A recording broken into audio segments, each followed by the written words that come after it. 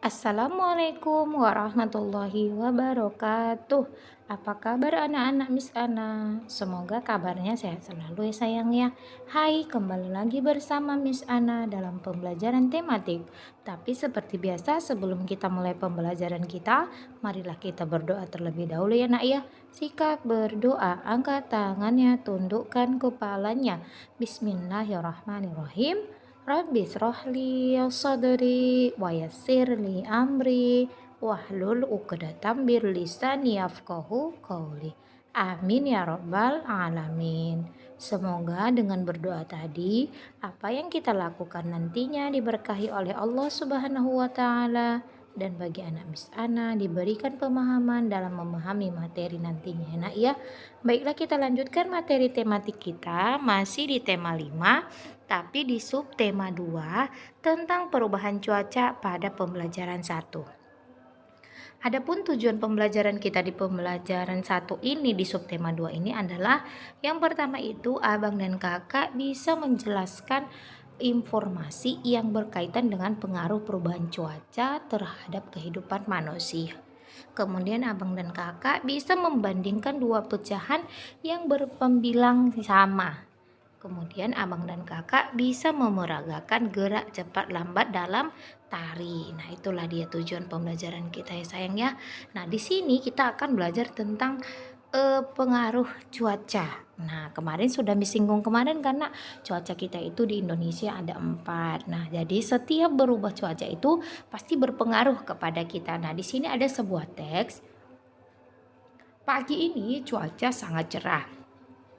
Matahari bersinar terang. Siti dan teman-teman berbaris mengikuti upacara bendera. Saat istirahat, cuaca berawan. Mereka pun bermain di halaman sekolah dengan nyaman. Mereka bermain tapak gunung dan lompat tali. Namun saat pulang sekolah, cuaca berubah mendung.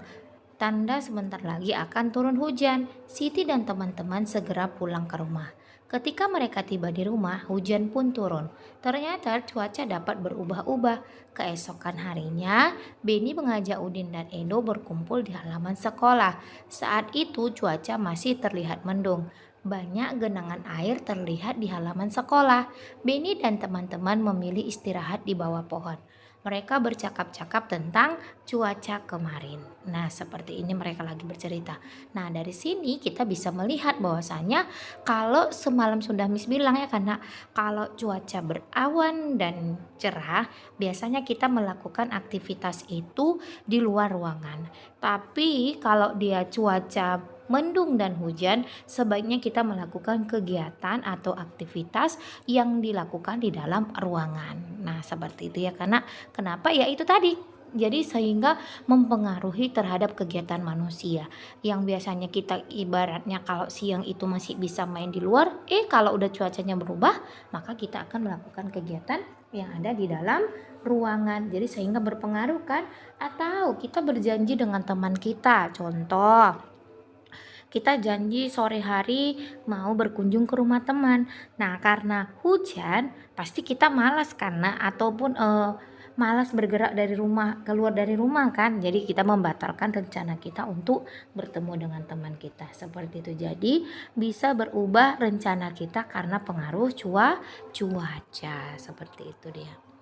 Nah, selanjutnya adalah ini dia, cuaca dan perubahannya. Nah, kemudian kan ini Miss bilang kalau sudah hujan, pastikan bagaimana? Iya, kita akan itu bergerak di dalam ruangan saja, ya kan? Nah, seperti ini ketika cuaca apa kira-kira ini? Iya, cuaca cerah.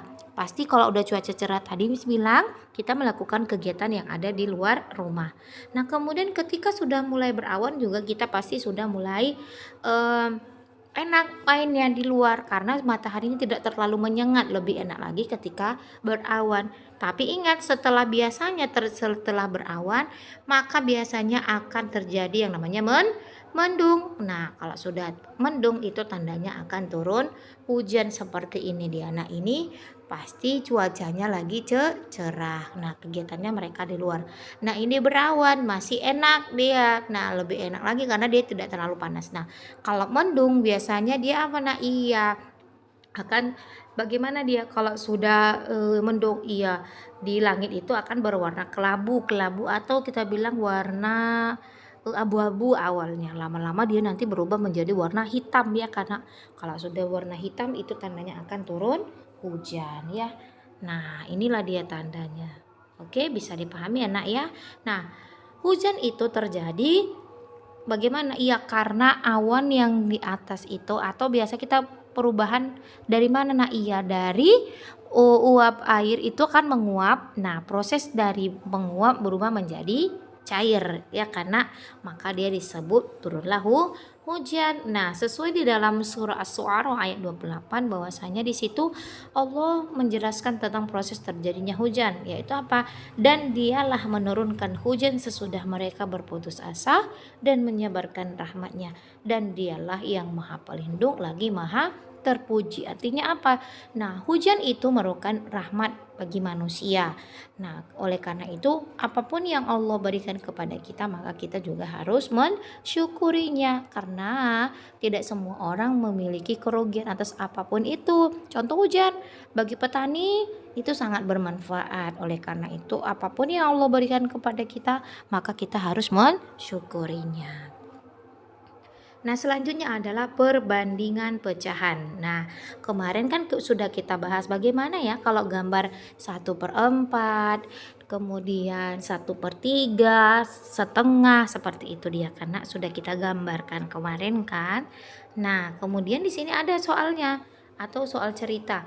Benny mengambil satu buah melon. Nah, ini melonnya satu. Dipotongnya. Nah, menjadi berapa ini misalnya? Iya, 1, 3, 6 ya. Jadi 6, potong 6 atau 8? Oh, 4. 8 potongan. Nah, setiap satu potong itu disebut 1/8. Nah, kemudian Edo mengambil satu melon lagi. Nah, dipotongnya menjadi 6. Nah, setiap satu potongan kecil ini disebut 1/6. Ya, setiap satunya. Berarti kalau Miss ambil 1 berarti 1/6 bagian yang Miss ambil. Oke. Nah, dari gambar ini bisa kita lihat, semalam Miss bilang kalau dia potongannya ini, coba lihat potongannya. Mana lebih kecil potongan bagian potongannya? Coba lihat. Nah, ini kan dipotong 6. Ini dipotong 8. Kira-kira mana lebih besar bagian potongannya? Potongan 6 atau potongan 8?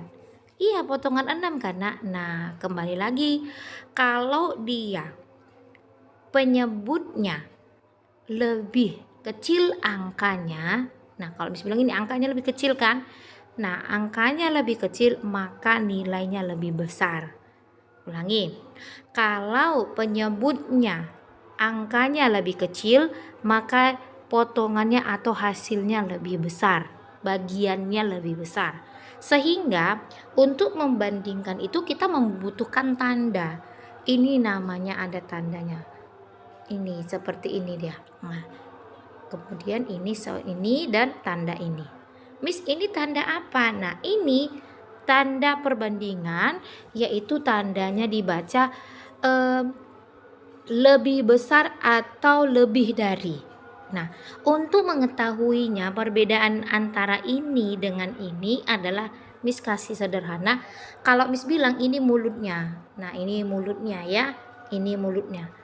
Apabila mulutnya mengarah ke sebelah kanan, nah ini dia kan ke sebelah kanan, maka ini tandanya adalah lebih dari atau lebih banyak.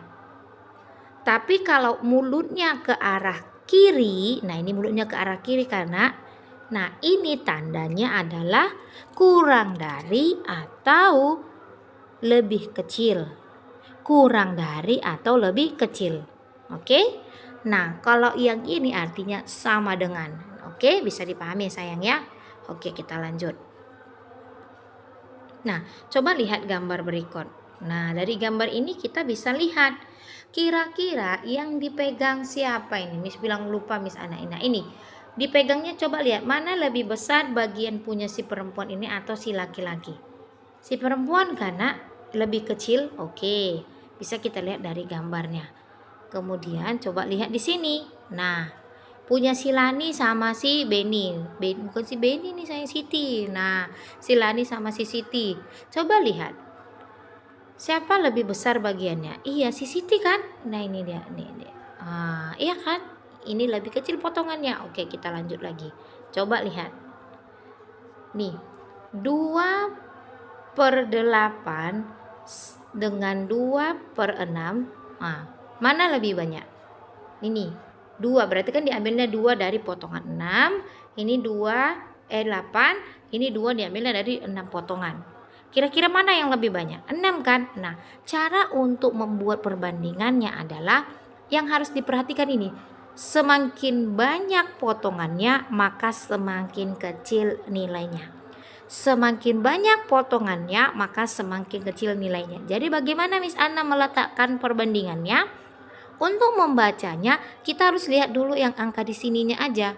Nah, contoh berarti 2/8 lebih apa? Iya, lebih kecil. Nah, harus ini yang kita lihat ya nak, kita bandingkan. 2/8 lebih kecil dari 2/6. Bisa dipahami ya nak ya? Yang kita bandingkan yang ini. Nah, 2/8 lebih kecil dari 2/6. Oke, yang dari sini dibaca. Oke, kita lanjut yang ini. 3/8 dengan 3/6. Cara membacanya harus dari sini. 3/8 lebih dari atau kurang dari. Iya, kurang dari atau lebih kecil, lebih enak bilangnya. Berarti 3/8 lebih kecil dari 3/6. Atau kita balik. Contoh, kita balik ya, ini kita balik saja. 3/6 dengan 3/8. Maka cara bacanya harus dari sini yang membandingkannya. 3/6 lebih apa dari sini? Nah, gitu kalau nggak dari sini. Lebih apa? Iya, lebih besar. Maka buat tanda lebih besar. 3/6 lebih besar dari 3/8. Seperti itu ya. Kita balik yang ini. 2/6 dengan 2/8. Nah, mana kira-kira dia? Kita buat tanda apa dia? Nah, maka kita baca harus dari sini. 2/6 lebih apa daripada ini? Iya, lebih besar. Lebih besar dari 2/8. Seperti itu dia sayang ya. Insya Allah bisa dipahami ya. Insya Allah bisa. Nah, kemudian di sini gerakan menari.